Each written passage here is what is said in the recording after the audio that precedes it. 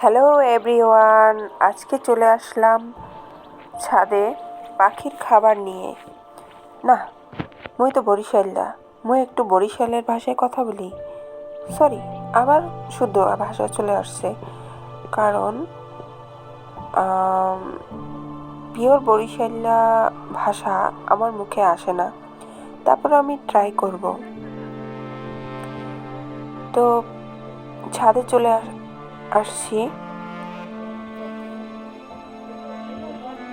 ধার তারিকা বরিশালটা মুই মনে হয় পিওর হইতে পারি নাই, কারণ শরীরপুরের মধ্যে এসে ঢুকছি তো, তাই উল্টা পাল্টা হয়ে যাচ্ছে। তো এই পাখির খাবারগুলো আমি রোদে ভালো করে শুকিয়ে নিচ্ছি, কারণ এর আগে একটা ভিডিওতে আপনারা দেখেছেন যে আমি এগুলো শুকিয়ে টিন ভরে রেখেছিলাম। তো সেটি দীর্ঘদিন ব্যবহার করার পরে দেখি একটু পোকা পোকা লাগছে মনে হয়, তো সেজন্য রিস্ক আর নিইনি। তো আরও কিছু খাবার সংগ্রহ করে, তো যেহেতু এখন শীতকাল, তাই সূর্যমুখীর বীজ এবং চীনা কাউন, পোলাও ধান এগুলো মিক্স করে, বাজরা মিক্স করে আমি এই খাবারটা রোদে শুকিয়ে তারপর ঝেড়ে সংরক্ষণ করব পাখির জন্য। তো আপনারাও এরকম উপায়ে সংগ্রহ করে নিতে পারেন।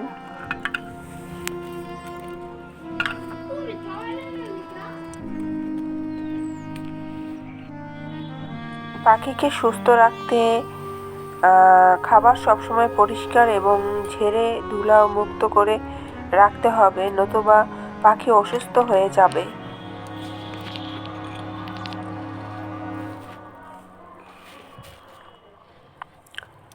তো এগুলো আমি এক বালতি নিয়ে তারপর আমি ঘরে চলে যাব।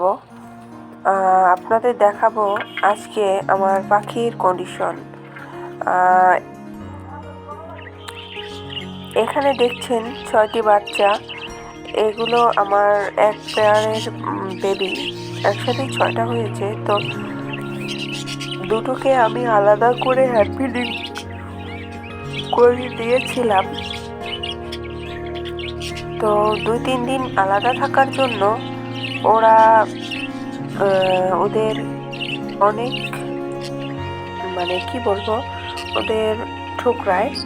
তো এর জন্য তারপরও করা কিছু নাই, ওদের কাছেই রেখেছি, কারণ শীত পড়ছে। তো পাখিরা একে অপরের সাথে মিলিত হয়ে থাকলে একটু গরম অনুভব হবে, এজন্যই রাখা মূলত। আর 4টাকে যেহেতু মা পাখিটাকে আমি আলাদা করে রেখেছি, বাবা পাখি ওদের খাইয়ে দেয় 4টা পাখিকে, আর 2টা পাখিকে খাওয়ায় না।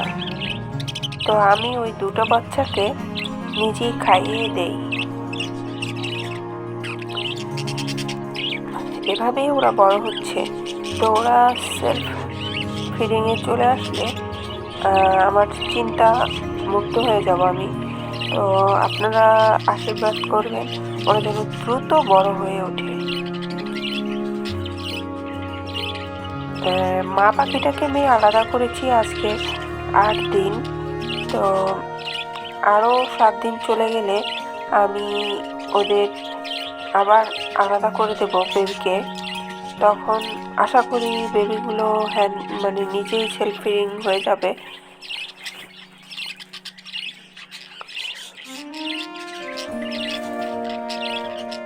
তো আপনারাও এরকম করতে পারেন, কারণ অনেক সময় আছে যেহেতু শীত পড়েছে বা গরম হোক, হ্যান্ড ফিডিং আমরা করাতেই পারি, কিন্তু তবুও আমরা কিন্তু সেই ওয়েদারে রাখতে পারি না, যে কারণে বাচ্চাগুলো ঠান্ডা লাগে এবং বাচ্চাগুলো মারাও যায় অনেক সময়, বা অসুখ বিসুখে আক্রান্ত হয়ে যায়।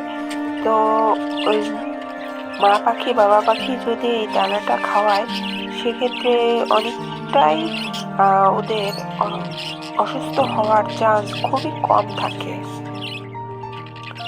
আর বাকিটা তো ঈশ্বরের কৃপা। জীবন মরণ তো সম্পূর্ণ ঈশ্বরের ব্যাপার, তাই না? তো আমরা চেষ্টা করতে পারি সুস্থভাবে রাখার। তারপরও এভাবেই রাখি আমি।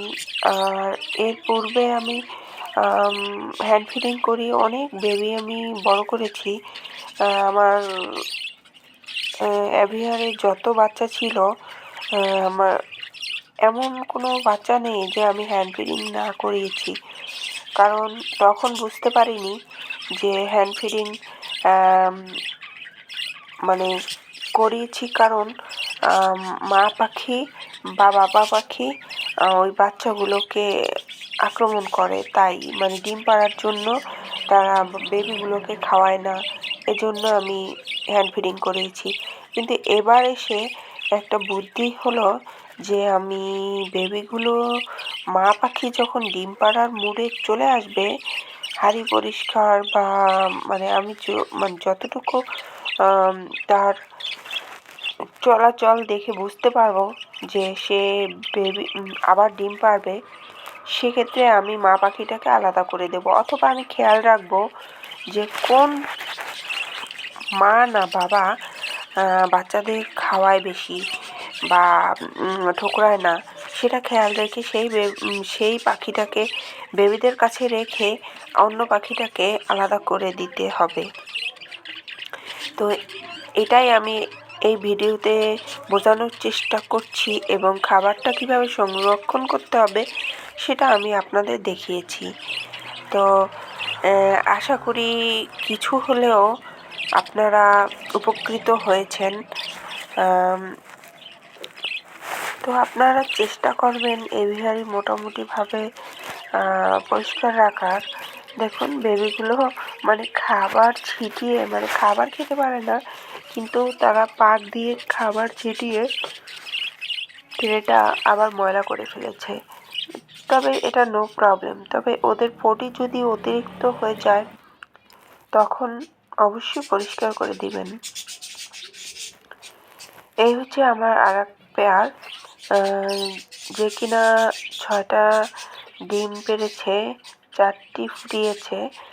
বেশ, তাতেই আমি খুশি, কারণ 4টা যদি একটা পেয়ারের মাসে 2 মাস অন্তর হয়, তাতে মোটামুটিভাবে যে খাবারের মূল্য, তাতে লস হয় না।